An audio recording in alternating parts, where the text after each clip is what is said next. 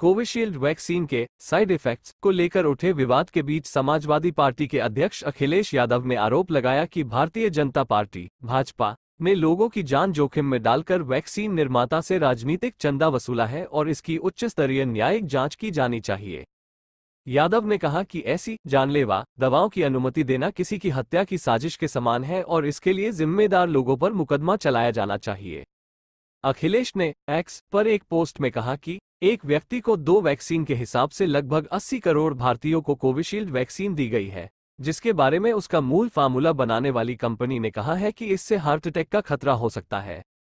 जिन लोगों ने वैक्सीन के साइड इफेक्ट के कारण अपनों को खोया है या जिन्हें वैक्सीन के दुष्परिणामों की आशंका थी, अब उनका शक और डर सही साबित हुआ है।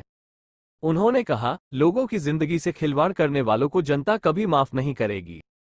ऐसी जानलेवा दवाइयों को अनुमति देना किसी की हत्या के षड्यंत्र के बराबर है और इसके लिए जिम्मेदार लोगों पर आपराधिक मुकदमा चलना चाहिए।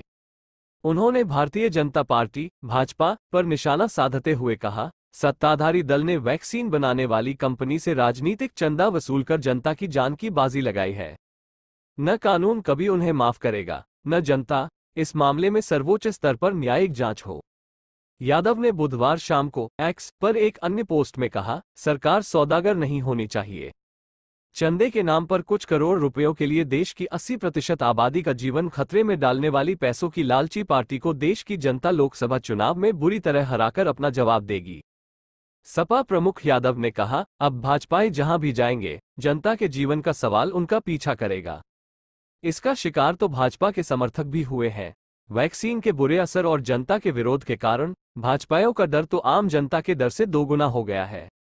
धीरे धीरे पनपते जन विरोध को देखते हुए भाजपाइयों के घरों और वाहनों से झंडे उतर गए हैं और गलों से भाजपा के पट्टे भी, क्योंकि आम भाजपाई को तो सुरक्षा का कोई घेरा नहीं मिला है।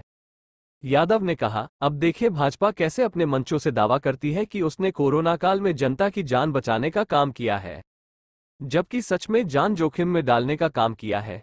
भाजपा ने एक वैश्विक महामारी की आपदा में भी कोविड के टीके के प्रमाण पत्र में तस्वीर छापकर अपने प्रचार का अवसर ढूंढ लिया था।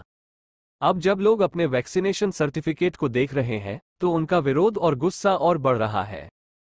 इससे पहले मंगलवार को सपा नेताओं ने आरोप लगाया था कि भाजपा ने लोगों को जबरन लगाई गई कोविड वैक्सीन के निर्माता से कमीशन लिया।